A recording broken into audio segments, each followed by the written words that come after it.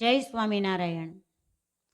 ભગવાન સ્વામિનારાયણના પાવનકારી ચરણારવિંદથી અંકિત થયેલી એ ગઢપુરની પવિત્ર ભૂમિ એ દાદા ખાચરનો દરબારગઢ કે જ્યાં ભગવાન સ્વામિનારાયણે 500 પરમહંસની સાથે અનેક લીલાઓ અને ઉત્સવો કરેલા છે।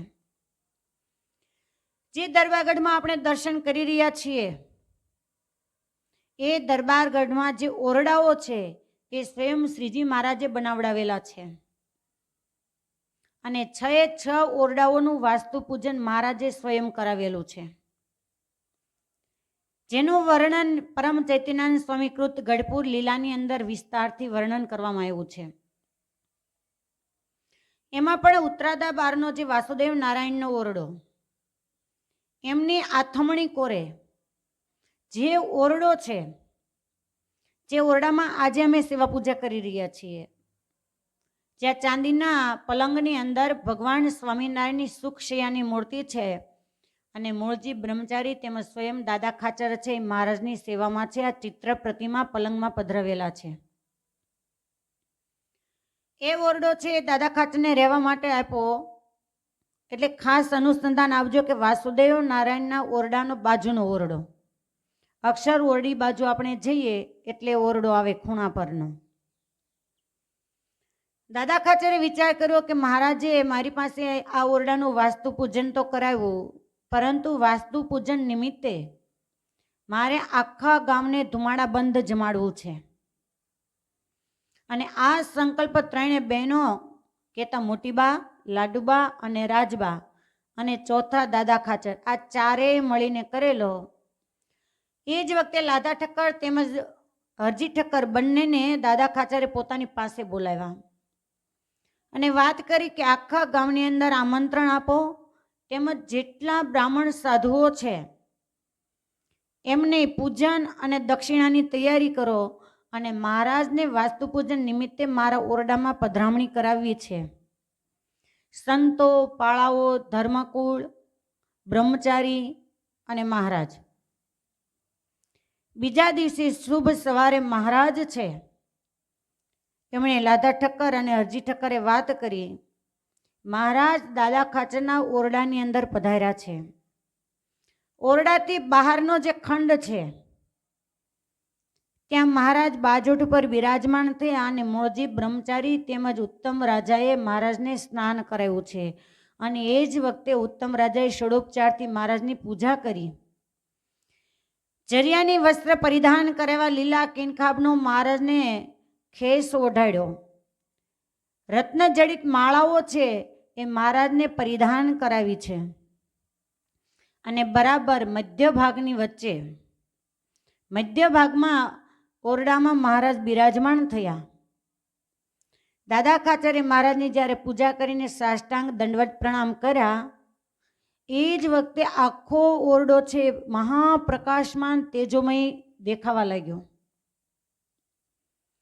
અને એ વખતે દાદા ખાચરને સ્વયં 12 સૂરજ નારાયણથી વીંટાયેલા હિરણ્ય ગર્ભ ભગવાન છે એમના દર્શન થયા। એમનું સ્વરૂપ કેવું હતું તો શંખ, ચક્ર, ગદા અને પદ્મ ધારણ કરેલા છે, કાનમાં નંગજડિત કુંડળ છે, સુવર્ણ રત્નજડિત મુકુટ ધારણ કરેલો છે, કંઠની અંદર મણિજડિત મોતીની માળાઓ પહેરેલી છે, પીળું પિત્તાંબર અને પીળો ખેસ ધારણ કરેલો છે અને 12 સૂર્યનારાયણ તેમજ હજારો વાલ્ખિલ્ય મુનિઓથી વીંટાયેલા હિરણ્ય ગર્ભ ભગવાન છે। જ્યાં ફળી કે ચોક બાજુ ઉત્તમ રાજા દ્રષ્ટિ કરે તો અતિશય પ્રકાશમાન અને રત્નજડિત એવો સુવર્ણમય વિમાન આકારનો રથ જોયો, જે રથની સપ્તાસ મુખવાળા ઘોડાથી જોડાયેલો છે,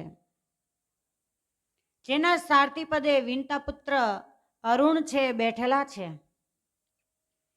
દાદા ખાચર તો મહા આશ્ચર્યને પામી ગયા, કહો આ હું શું નિહાળી રહ્યો છું। અને એ જ વખતે શંખ, ચક્ર, ગદા, પદ્મધારી ભગવાન હિરણ્ય ગર્ભ છે, એમણે આયુધો નીચે મૂકી અને 2 હાથ જોડીને ઊભા રહ્યા અને કહે છે કે હું સ્વયં ક્ષત્રિય કુળ કહેતા ઉત્તમ રાજાના કુળદેવ હિરણ્યગર્ભ ભગવાન સૂર્યનારાયણ છું.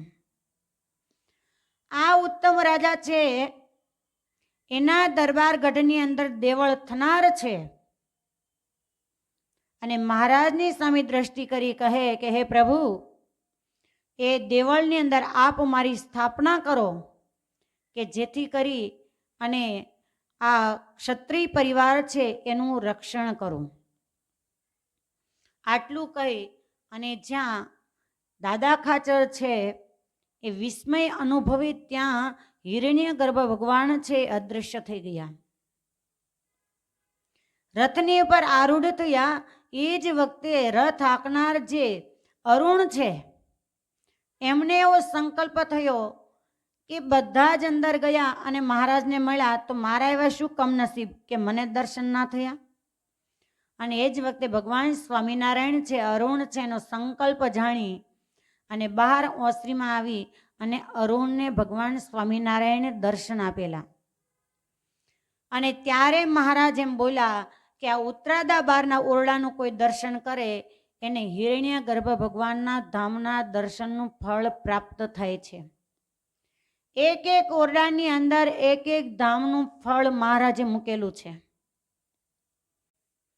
હિરણ્યગર્ભ ભગવાન છે જ્યારે અદ્રશ્ય થયા એ જ વખતે ભગવાન સ્વામિનારાયણ કહે કે જે ઓરડાનું વાસ્તુ પૂજન દાદા ખાચરે કરાવ્યું, જે ઓરડાની અંદર અમારી પધરામણી થઈ, 500 પરમહંસ છે એનું પૂજન થયું, આ ઓરડાની અંદર જે કોઈ જીવાત્મા આવીને દર્શન કરશે એમણે હિરણ્યગર્ભ ભગવાનના ધામના ફળની પ્રાપ્તિ થશે. વાસ્તુ પૂજન નિમિત્તે સારાએ ગામને ધુમાડા બંધ જમાડ્યા પછી જેટલા જેટલા બ્રાહ્મણો આવ્યા હતા એ તમામની દાદા ખાચરે પૂજા કરી અને તમામ બ્રાહ્મણોને 1-1 રૂપિયો ભેટ આપ્યો છે. પાછી ફરી મહારાજની પૂજા કરી અને મહારાજને 1000 સોનામણ દાદા ખાચરે થાળની અંદર ભેટ કરી છે. જે હાલમાં ચાંદીના પલંગની અંદર ભગવાન સ્વામિનારાયણ બિરાજમાન છે એ જ ઓરડામાં જે આજે દાદા ખાચરના ઓરડા તરીકે પણ ઓળખાય છે અને મોટીબાના ઓરડા તરીકે પણ ઓળખાય છે. એનું કારણ છે કે જે બાલમુકુંદ પરમાત્માને મોટીબાએ દૂધ પાયેલું એ ઉત્તરાદા બારના જે વાસુદેવ નારાયણનો ઓરડાની બાજુનો ઓરડો જેની આપણે અત્યારે કથા સાંભળી રહ્યા છીએ એ ઓરડામાં મોટીબાએ દૂધ પાયેલું છે. અને કદાચ તમે જો બહુ જ નિરીક્ષણથી દર્શન કર્યા હોય તો રિનોવેશન થયા પહેલા જે ઓરડાઓની ઉપર તકતીઓ હતી, ચિત્ર પ્રતિમાઓ હતી લીલા ચરિત્રની, તો એ ઉત્તરાદા બારના ઓરડાની દરવાજાની ઉપર મોટી બા છે એ લાલજી મહારાજને દૂધ પાય અને એભલ બાપુને જે નિશ્ચય થયેલો એ મૂર્તિ હતા. મોટી બાએ બાલ મુકુંદને એ ઓરડામાં દૂધ પાયેલું એટલે એ ઓરડાને મોટી બાના ઓરડા તરીકે પણ ઓળખવામાં આવે છે. અને જે બાલ મુકુંદ જે બાજોટ ઉપર બિરાજમાન હતા, જે સિંહાસન ઉપર બિરાજમાન હતા અને મોટીબામાં છે એ દૂધ પાતા હતા, એ બાજોટ આજે પણ ઉત્તરાદા બારના ઓરડામાં છે.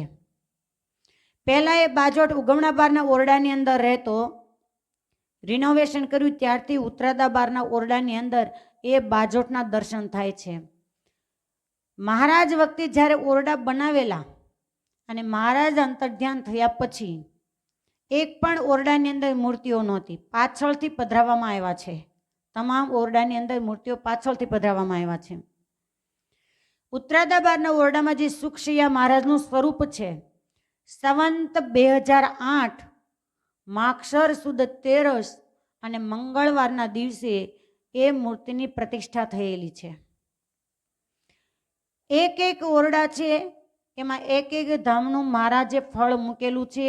આવા અલૌકિક દરબારગઢના ઓરડાઓ છે જેના કેવળ દર્શન કરવા માત્રથી જીવાત્માના તમામ પાપ છે એ નાશ થઈ જાય છે.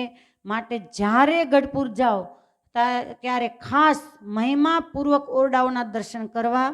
અસ્તુ. જય સ્વામિનારાયણ.